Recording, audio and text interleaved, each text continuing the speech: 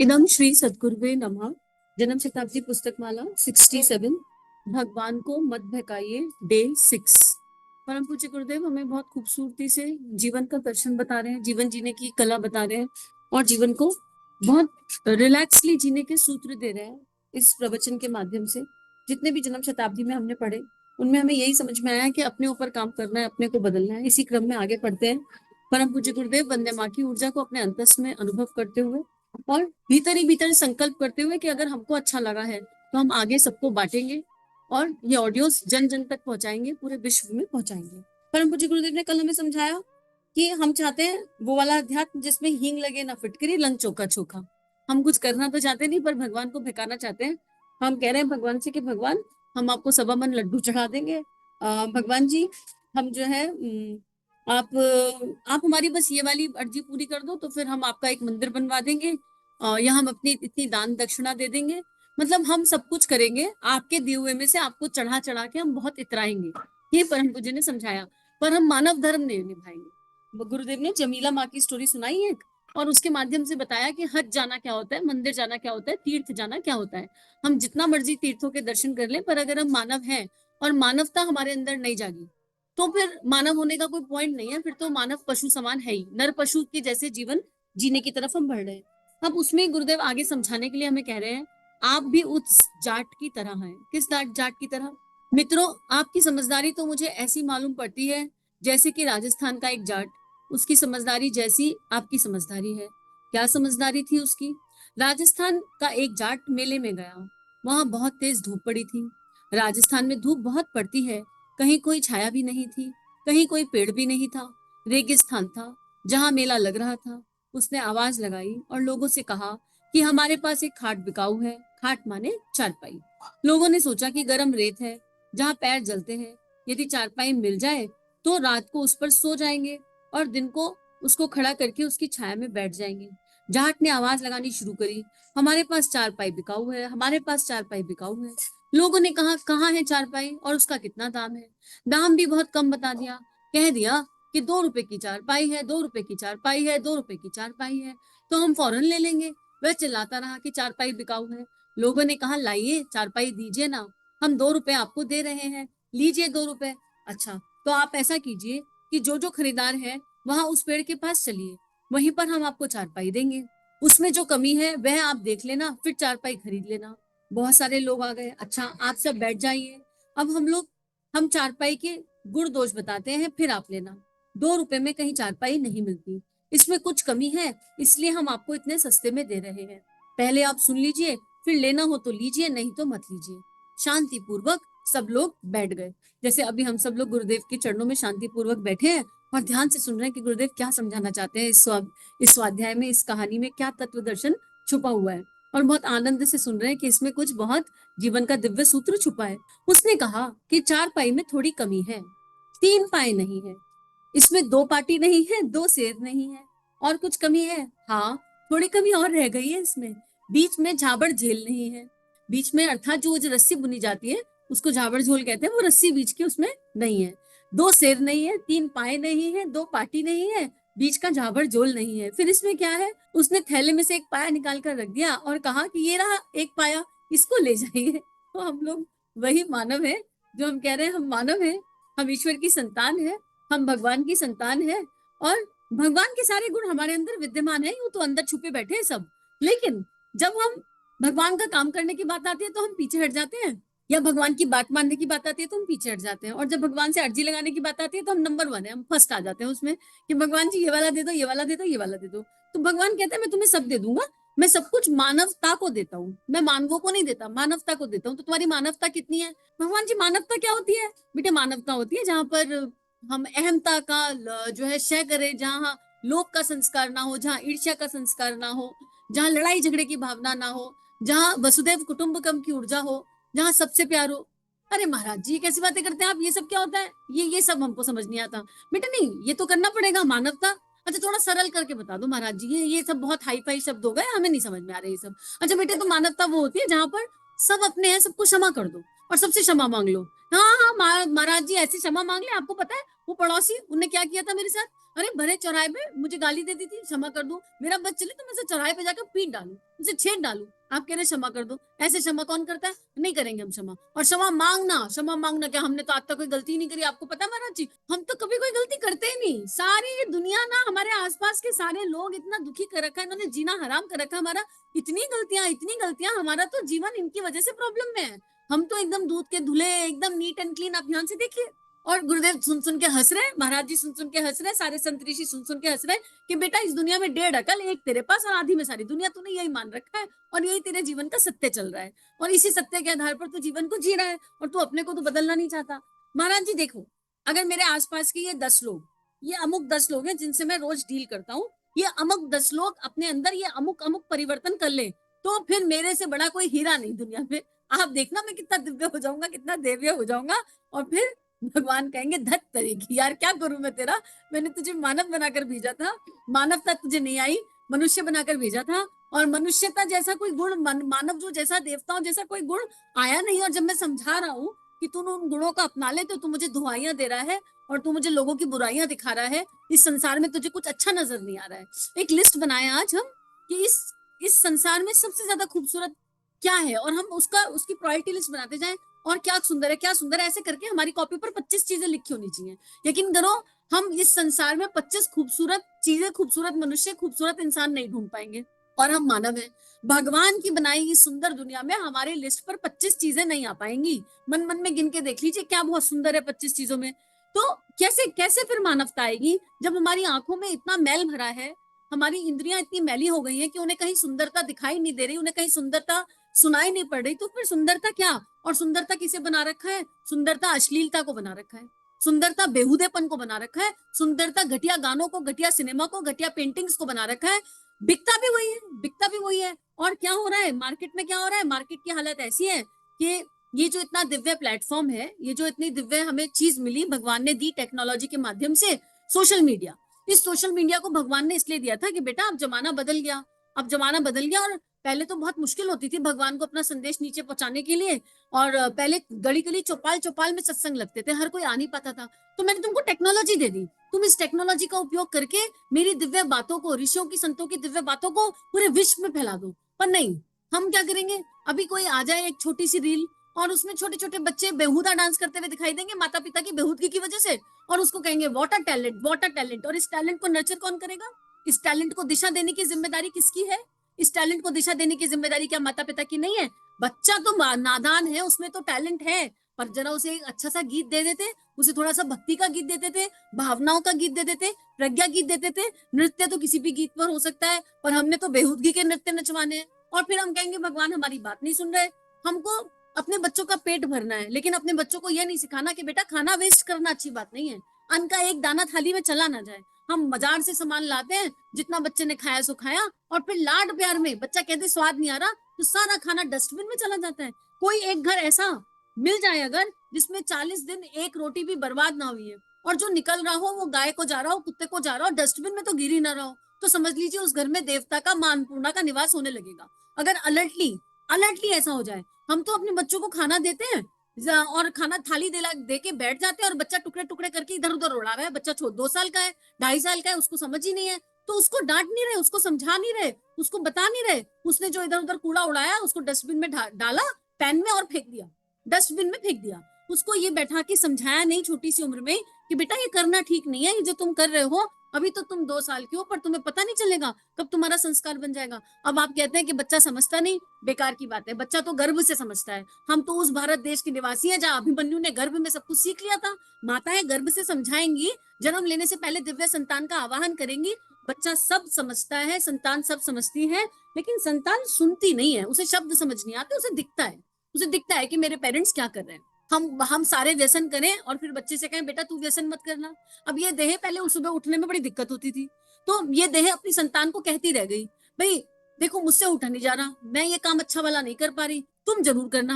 हमारी संतान सुबह नहीं उठी, हम थक गए कहते कहते। और जिस दिन से देह ने सुबह उठना शुरू कर दिया, संतान को कहना ही नहीं पड़ा। संतान अपने आप देख देख देख देख देख के 6 महीने में सीख गई कि सुबह जल्दी उठना कितनी बढ़िया बात होती है, अपने आप। और अगर नहीं उठती है, किसी दिन लेट उठती है तो 7 7:30 का टाइम देख के कहती है आज तो 2 घंटे लेट हो गया ना, 5 बजे उठना चाहिए था, लेट हो गया। उसको ये समझ में आ रहा है कि 7 बज गए, 8 बज गए तो ये लेट उठना है। तो बताइए चेंज कहाँ से आएगा? तो परम पूज्य गुरुदेव इसी बात पे कह रहे हैं, धत्तरे की तुम एक पाया लेकर खड़े हो, और वो एक पाया भी हमारा दिया हुआ है पंच तत्वों का, ये हांड मास का शरीर, और इसमें अंदर कुछ भी नहीं, खोखला। और कह रहे हो ये शरीर है इसलिए हमको सब कुछ दे दो, क्योंकि हम कुत्ता बिल्ली के जैसे नहीं जन्मे ना, हमने कीट मकोड़े के जैसे जन्म नहीं लिया, हम हाथी चूहा शेर नहीं है, क्योंकि हम मानव है इसलिए हम सारे अधिकारी हैं, आपके राजकुमार हैं बहुत बढ़िया वाले। तो अब आप हमको सब कुछ दे दो। और क्या सब कुछ? सब कुछ दे दो, बर्बाद करेंगे हम। भगवान कह रहे हैं मैं तुम्हें सब कुछ दूंगा, दे दो, हम बर्बाद करेंगे। हम बर्बाद करेंगे, हम सारी विद्या को अर्जन करेंगे, फिर उससे खूब पैसा कमाएंगे, फिर उस पैसे से व्यसन करेंगे। ये तो हमारी स्थिति हो गई, तो भगवान क्या करे फिर? देखो बुद्धि बहुत है इस संसार में, बुद्धि के आधार पर डॉक्टर बनना है, इंजीनियर बनना है, हाईएस्ट डिग्री हासिल करी जा सकती है, टैलेंट की भरमार है इस संसार में, इतना टैलेंट है, इतना टैलेंट है, लेकिन उस बुद्धि का, उस टैलेंट का सदुपयोग नहीं है। एक पेंटर को पेंटिंग आती है और वो अश्लील पेंटिंग्स बना रहा है, किसी आर्टिस्ट को एक्टिंग करनी आती है, बहुत सुंदर सुंदर डांस करने आते हैं और वो वल्गर डांस कर रहे हैं, और क्या यूथ को दे रहे हैं, और यूथ देख भी वही रहा है, क्योंकि उन्हें समझ ही नहीं, उन्हें बचपन से बताया ही नहीं कि क्या देखने योग्य है, क्या समझने योग्य है, ये बताया ही नहीं कि हमारे 5 सेंसेस जो देखेंगे वैसा बन जाएंगे, क्योंकि हम खुद वो कर रहे हैं। हमारे घर में टीवी चलता है, टीवी चलता है, तो टीवी पर ऐसी चीज चलती क्यों है कि जब बच्चा बैठा हो तो आपको चैनल चेंज करना पड़े? क्या पहले समझ नहीं आया था कि जो देख रहे हैं ये ठीक नहीं है, और इसमें कुछ ऐसा आ सकता है कि हमें चैनल चेंज करना पड़ेगा? और आप बालक को इतना मूर्ख समझ रहे हैं कि आपने आज चैनल चेंज कर दिया तो बच्चे को समझ नहीं आया। बच्चा ये तो उसी समय समझ गया ना कि चैनल चेंज किया गया है, कुछ तो ऐसी बात है जो मुझसे छुपाई जा रही है। हमने जिज्ञासा और क्यूरियोसिटी बढ़ा दी, जिज्ञासा और क्यूरियोसिटी बढ़ाई, और बच्चे को बताया भी नहीं। बच्चे ने कहा क्यों किया? तुम्हारे मतलब की बात नहीं है, तुम्हारे मतलब की बात नहीं है। अरे कोई हमको कहे हमारे मतलब की बात नहीं है, ये कोई तरीका है? अरे अगर टीवी चल भी रहा है और कुछ ऐसा आ गया तो बच्चे को अच्छे से समझाइए कि बेटा ये ऐसी ऐसी चीज है और इसका ऐसी उम्र में यूज होता है, और इससे ये पावर ऑफ क्रिएशन बनती है, इसमें ये है। हम या फिर हम देखें ही ना, सीधी सीधी बात है। और दूसरा रिक्वेस्ट है, मेरी सारे ओटीटी प्लेटफॉर्म से रिक्वेस्ट है, अगर आपके पास कंटेंट मेकिंग का राइट है, आप अगर यूट्यूब पर है, आप ओटीटी पर है, आप इंस्टाग्राम पर है, आप कहीं पर भी हैं, प्लीज मेक ऐसा सच कंटेंट जो यूथ को कंट्रीब्यूट करे, जो समाज को कंट्रीब्यूट करे, आपके परिवार को कंट्रीब्यूट करे, इस विश्व को कंट्रीब्यूट करे। यकीन कीजिए आज आप जो परोस रहे हैं वो लौट कर आपके पास ही आएगा, ये कर्मा की साइकिल है। अगर आज आप गंदगी परोस रहे हैं और इस समाज में गंदगी फैला रहे हैं तो आप उस गंदगी से बचे नहीं रहेंगे, क्योंकि ये कर्मा है, ये बिल्कुल कर्मा का खेल है। अगर आप बिल्कुल फालतू की रील बना रहे हैं, दिन भर में आपने क्या किया और उससे लोगों का समय खराब कर रहे हैं, आप जो कर रहे हैं वो अनुचित है, अनुचित है, अनुचित है, उसे किसी की भी दृष्टि से उचित नहीं कहा जाएगा। लेकिन आपके पास क्वालिटी है, आपके पास टैलेंट है, टैलेंट है लोगों को अपने पास खींचकर लाने रखने का। आप इस टैलेंट का सदुपयोग कीजिए, आपके पास ऊर्जा है, आपके पास ऊर्जा है, इसीलिए आपके ओटीटी प्लेटफॉर्म पर, सोशल मीडिया पर इतने सारे लोग हैं। इस ऊर्जा का सदुपयोग कीजिए, थोड़ा सा कंटेंट बदल दीजिए, थोड़े सब्सक्राइबर कम हो जाएंगे, थोड़े लाइक कम हो जाएंगे, थोड़े फॉलोवर कम हो जाएंगे, लेकिन जब बिकेगा ही नहीं, जब गंदा बिकेगा ही नहीं, गंदा परोसेंगे ही नहीं, तो देखने वाले करेंगे क्या? उनको वही देखना पड़ेगा जो परोसा जाएगा। तो जो परोस रहे हैं वो अपना कंटेंट बदल दें, अगर वो कंटेंट बदल दे तो ये दुनिया बदलते देर नहीं लगेगी। लेकिन समस्या ये है कि हम तो परोस भी इसलिए रहे हैं कि हमें फॉलोवर चाहिए, लाइक चाहिए, सब्सक्राइब चाहिए, हमें नेम एंड फेम चाहिए, झूठा मिथ्या। हम परोस भी इसलिए रहे हैं, मूल रूट एनर्जी यही है, लोकेशना का भाव। और क्योंकि वो मिलता ही गंदगी परोसने से है, तो हम बिल्कुल पीछे नहीं हटते गंदगी परोसने से। और इस तरह का कंटेंट जो यहाँ से आ रहा है, या इस तरह के दिव्य कितने सारे चैनल हैं, वो बैकफुट पर चले जाते हैं। पहला बैकफुट तो अरे 15 मिनट का ऑडियो, अरे 20 मिनट का ऑडियो, अरे जीवन बदलना है, 1 मिनट में बदल जाएगा तुम्हारा जीवन। जीवन क्या 1 मिनट में बदलता है कभी?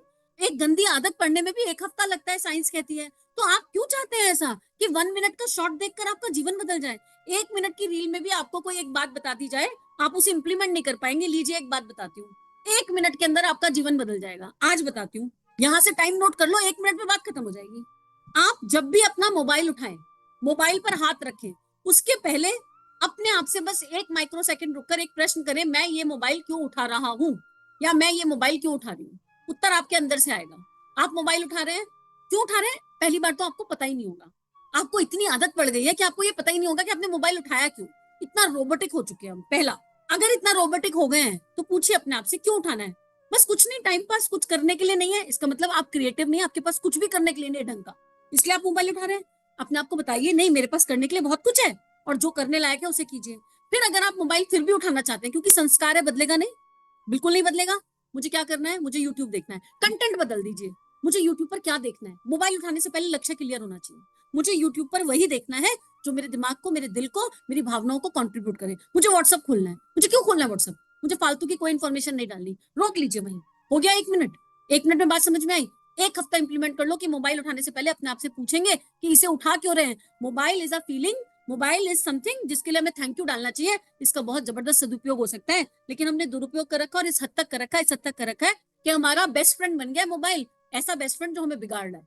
Mobile can be the life best friend आज की डेट में, लेकिन इस बेस्ट फ्रेंड का सदुपयोग करना भी हमारे हाथ में है।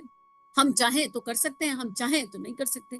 बात बस इतनी है कि गुरुदेव ये कह रहे हैं कि आप केवल माला का आसरा लेकर बैठे हैं। आप सोच रहे हैं कि ये कहानी किसकी है, जाट की कहानी। बेटा ये हम सबकी कहानी है, गुरुदेव ने बिल्कुल क्लियर कर दिया। अपनी अपनी कॉपी अपने आप जांच लो तो पता चल जाएगा हमारे पास 1 पाँव है कि 2 पाँव है कि 4 पाँव है कि 3 पाँव है, खाट है भी कि नहीं है, कहाँ है हम।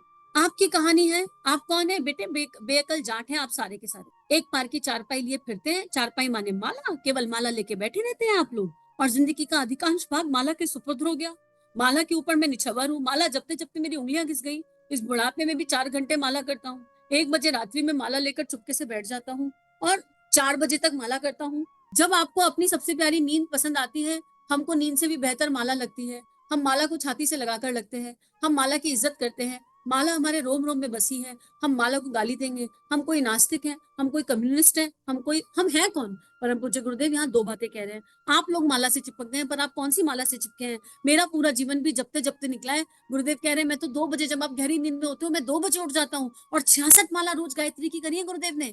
24 लाख के 24 अनुष्ठान। ये जिनकी लेखनी है ना, आचार्य पंडित श्री राम शर्मा आचार्य, ये युग दृष्टा है, ये महाकाल है। इन्होंने अपने जीवन के 27 साल रोज 66 माला करी है। जानते हैं 66 माला का मतलब? 6 घंटे रोज का जप। और 6 घंटे रोज का जप करने में उनका जीवन बदल गया। क्या ढंग था उनका माला करने का, कौन सी भावना से वो माला कर रहे थे, वो महत्वपूर्ण है। गुरुदेव कह रहे हैं मैं माला का विरोधी नहीं हूँ, मैं बिल्कुल माला का विरोधी नहीं हूँ, मैं कम्युनिस्ट थोड़े ना हूँ। मैंने तो खुद माला करी है, मेरे रोम रोम में माला बसती है। लेकिन कैसे बसती है? सांस सांस से ईश्वर का नाम, हर सांस से सिमरू में ईश्वर का नाम, उस तरह बसती है। 6 घंटे में योजनाएं मिलती थी। 6 घंटे में अपनी सारी इंद्रियों को भगवान को अर्पित करने की कला, अपने सारे चक्रों को, कोशों को भगवान को अर्पित, समर्पित कर दिया। भगवान से कोई शिकायत नहीं करी। एक छोटा सा 13 साल का बच्चा अनुष्ठान शुरू करता है और भगवान से शिकायत नहीं करता। भगवान से कहता है भगवान बताइए हम आपके किस काम आ सकते हैं। अरे रोज माला करने बैठे, सबसे पहले अपनी सारी छुटुर पुटुर इच्छाओं को रखिए भगवान के चरणों में। भगवान ये बड़ी परेशान कर रही है, रखो अपने पास, या तो पूरा कर दो और या विलय कर दो, आप देख लो, आपको जो ठीक लगे। हमें सहने की शक्ति दो। हमें तो बस ये बताओ हम साझेदारी कैसे कर सकते हैं आपके साथ। हमें साझेदारी करने का रास्ता दे दो। आप जो रास्ता दोगे हमको वो स्वीकार है। हम ये नहीं कहेंगे कि ये रास्ता छोटा और ये रास्ता बड़ा, आप जैसा चाहेंगे हम वैसा करेंगे।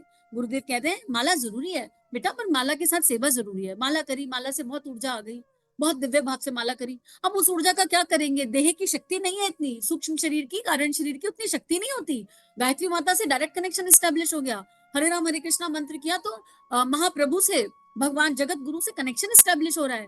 राधा राधा कर रहे हैं, प्रेम की देवी से कनेक्शन स्टैब्लिश हो रहा है। गणपति जी का नाम ले रहे हैं, उनसे कनेक्शन स्टैब्लिश हो रहा है। उस स्टैब्लिश कनेक्शन का सदुपयोग तो करेंगे। आ गई ऊर्जा, और उसके बाद क्या किया? इधर उधर पागलों की जैसे घूम रहे हैं, कुछ पता ही नहीं। अरे उसको भगवान के काम में लगाना पड़ेगा। वो ऊर्जा आई, अपनी प्रतिभा को जानिए, पहचानिए, उसको निखारिए, खूबसूरती से निखारिए। समय के एक एक पल का सदुपयोग कीजिए, उस ऊर्जा से संयम कीजिए, उस ऊर्जा से अच्छे अच्छे संकल्प उठाइए, उन्हें पूर्ण करने का प्रयास कीजिए। और जब ये करेंगे तो सेवा अपने आप होने लगेगी। सेवा अपने आप होगी, क्योंकि सेवा भी आचरण से होती है। सेवा कहने से नहीं होती, आचरण से होती है। और जितना हम अपने आप को बदलने का प्रयास करेंगे, उतना हम सेवा की तरफ अपने आप बढ़ते चले जाएंगे। तो गुरुदेव यहाँ पर इस पुस्तक को पूर्ण करते हुए हमें बस इतनी ही बात समझाना चाहते हैं कि माला के साथ सेवा करो। हम तो आपको इस बात का एहसास करा देना चाहते हैं कि माला जैसे कोई चमत्कारी, माला चाहे जैसी चमत्कारी क्यों ना हो, उस वक्त तक किसी के काम नहीं आएगी, और ना ही आज तक किसी का उसने काम किया, जब तक कि आप उसमें दूसरी चीजों की सहायता पैदा न करें। माला के साथ साथ आपके जीवन में सेवा के लिए स्थान होना चाहिए। आपको अपने समय का एक हिस्सा भगवान के लिए लगाना चाहिए। आप अपने समय का हिस्सा भगवान के लिए लगाएं, घर वालों के लिए लगाएं। 7 घंटे सोएं, 8 घंटे रोटी कमाएं, अपने बाल बच्चों का पेट भरें। 7 और 8 घंटे मिलाकर 15 घंटे हो जाते हैं। 5 घंटे आप निजी कामों की देखरेख के लिए रखें, नहाने धोने खाने पीने के लिए रखें, फिर भी 24 घंटों में से 4 घंटे आप भगवान के लिए लगा सकते हैं। पर हम क्या बताएं गुरुदेव को, हम कितने व्यस्त हैं, हम तो प्राइम मिनिस्टर से भी ज्यादा बिजी हैं। हमारे पास तो इतना इतना ज्यादा पैक्ड रूटीन है भगवान जी, हम आपको क्या ही बताएं। कैसी बात करते हो आप समय की, 4 घंटे तो बहुत बड़ी बात हो गई। हमसे तो 1 घंटा निकालने के लिए कहते तो हमारी नानी दादी याद आ जाती है हमें। और मोबाइल पे हमारे कितने घंटे निकलते हैं इसका हमारे पास कोई डेटा ही नहीं है, हमारे पास हमें कोई आइडिया नहीं है। ये हमारी हालत है। तो आज इस स्वाध्याय को यही समाप्त करते हैं, 2 पेज लगे उन्हें कल पढ़ लेंगे। लेकिन लेकिन होमवर्क खत्म नहीं होता है यहाँ पर गुरुदेव का दिया हुआ। गुरुदेव ने बहुत सुंदर होमवर्क दिया है और बहुत सुंदर रिफाइनमेंट किया है। अगर एक हफ्ता भी ये चेक लगा लिया ना, अगर एक हफ्ता भी हम ये अवेयर हो गए, मोबाइल पर हाथ लगाने से पहले हमने अपने आप से प्रश्न पूछ लिया, वृत्ति बदल जाएगी, यकीन कीजिए। मोबाइल नहीं छूटेगा, पर कंटेंट बदल गया ना तो सोच बदल जाएगी। बस कंटेंट बदलना है।